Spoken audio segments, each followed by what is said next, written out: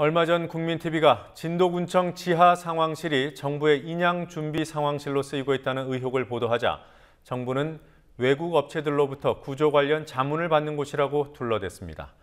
이후 뉴스원이 정부가 언급한 외국 업체와 인양에 대해 논의했다는 문건을 입수해 보도했지만 이후에도 정부는 구조 수색과 관련된 논의만 진행했다고 재차 3차 확인을 했습니다. 그러나 국민TV가 해당 업체를 직접 취재해 정부가 거짓말을 하고 있다는 사실을 확인했습니다. 해당 업체 관계자들은 하나같이 자신의 회사가 인양 전문 업체라고 밝혔고 언론 접촉을 하지 말라는 지침이 있었다는 사실까지도 시인했습니다. 실종자 가족들에게는 실종자의 빠른 수색을 위해 외국 전문 업체의 기술 용역을 받는다고 했지만 그 업체는 인양 전문 업체였습니다. 인양 전문 업체인 언딘의 구조를 맡겨서 문제를 일으킨 정부가 아직도 정신을 차리지 못했습니다. 범정부 사고대책본부가 있는 진도군청 연결합니다. 김현주 PD. 네, 김현주입니다. 네, 정부가 네덜란드 전문 업체의 구조와 관련된 기술 용역을 받겠다고 공식 발표를 했더군요. 어떤 내용입니까? 범정부 사고대책본부는 실종자 수습과 군안 방안에 대해 네덜란드 군안업체 스미트사 싱가포르 지사의 기술 자문 용역을 받기로 했다고 밝혔습니다. 정부는 스미트사가 5월 중순까지 구조 관련 방안을 제출하는 대가로 일당 5,000불, 14일간 7만 불, 우리 돈으로 총 7,200만 원 정도의 비용을 지급합니다. 스미트사가 참여한 외국인 전문가 자문회의 결과 현재 수색 작업 방법이 가장 타당하다는 의견이 나왔었는데 어떤 새로운 방안을 제시할지 의문입니다. 침몰 사고 실종자의 신속한 수습 및 원활한 군안에 대한 기술적 자문을 위해 글로벌 전문업체의 용역을 실시합니다.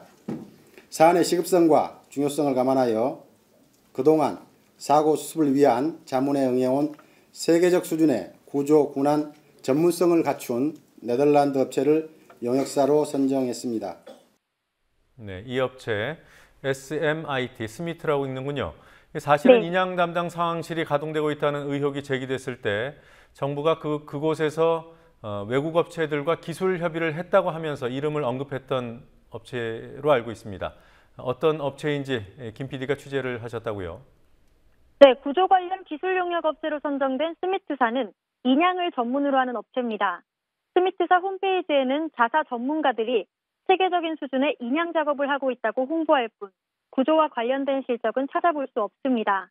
국민TV 취재진이 싱가포르 지사에 전화해 직원 4명에게 확인한 결과 자신들은 인양에 전문화된 업체라고 입을 모았습니다. 하지만 세월호 관련해서 어떤 자문을 하기로 했는지 묻는 질문에 대해선 회사 지침이 내려왔다며 함구했습니다. I am sorry, I would not be able to answer any questions. My company policy does not allow that for talking to media. We cannot make any comments on that, nor can we answer any questions about that. You may wish to refer to our client, which is the Ministry of Oceans and Fisheries. Yeah? 네. 자, 그럼 정부가 그동안 여러 차례 거짓말을 했다 이렇게 봐도 되겠습니까? 네, 인양 관련 상황실이 존재한다는 의혹에 대해 정부는 외국 업체들로부터 구조 관련 자문을 받는 곳이라고 주장했고 뉴스원이 문건을 보도했을 때도 인양에 대한 논의는 아니라고 부인했습니다. 해경은 스미트사가 세계 제1의 구조, 군안업체로 최대의 실적을 가지고 있다며 추켜 세웠지만 정작 스미트사의 인명구조 실적을 묻는 질문에 답하지 못했습니다. 스미트사에서 인양 전문 업체임을 확인했다고 하자 벌거물이며 실종자 수색, 구조에 대한 것만 컨설팅 받는다고 또다시 부인했습니다. 하지만 현재 활동하고 있는 스미트사 직원들과 연락하게 해달라는 요구에 대해서는 곤란하다며 거절했습니다. 희생자 가족들이 정부의 신속한 수습을 촉구하고 그랬기 때문에 그러한 신속한 그런 희생자 사고 수습을 위해서 저희가 이 용역을 이렇게 시작하게 된 정도입니다. 그 인양은 현재와 같은 방식의 수색 구조가 모두 끝난 후에 그 유가족과의 공감대 형성하에 인양은 시행하게 할 것이고요. 수색 구조 한 방편으로만 지금 검토를 지금 하고 있는 사항입니다. 네, 그리고요. 대책본부가 어제 발표한 긴급복지와 관련해 보건복지부가 지급 기준을 특별히 완화해서 대부분 가족들이 보상을 받을 수 있도록 한다 이렇게 말하지 않았습니까? 그런데 지금 지급 기준이 완화된 게 아니더군요. 네, 어제 긴급복지제도가 원래 있던 거라고 보도해드리면서 소득 기준이 있어 모든 사람이 지원 대상이 되지 않을 거라고 말씀드렸습니다. 이에 대해 보건복지부 관계자는 세월호 관련해서는 여러 가지 특례를 두고 모든 가족이 적용될 수 있도록 하겠다고 밝혔습니다. 하지만 결국 기존 제도의 소득 기준을 적용하고 있는 걸로 국민TV 취재 결과 확인됐습니다.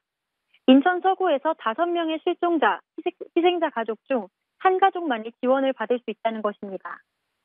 시나 이런 데서 대상이 저희가 기준이 그래도 있기 때문에 우선 대상이 되는지를 먼저 이제 자료를 가지고 파악을 하라고 하셨어요. 크게 기준을 벗어나거나 그러시는 분은 저희가 빼고 이제 한 분 정도가 그러면은 가능하다고 우선은 긴급 지원 관련해서 가능하다고 이제 판단이 됐는데 이분이 근데 아직 실종 상황이라서 저희가 그 가족한테 아직 전화를 드리지 못했어요. 이게 모든 가족들에게 공지는 된 겁니까? 네, 들으셨다시피 지자체에서는 긴급지원 대상자가 될 사람을 파악하고 있었고 파악 이후에도 아직 실종자 가족이어서 연락하지 않고 있다고 전했습니다.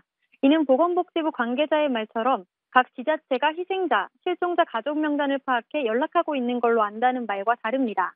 접수 부스가 설치되어 있는 진도체육관에는 어제 말씀드린 5명에서 신청자가 1명도 늘지 않았습니다. 한 실종자 가족은 이 상황에서 신고를 할 정신이 있겠냐고 말하기도 했습니다. 국민TV 뉴스 김현주입니다.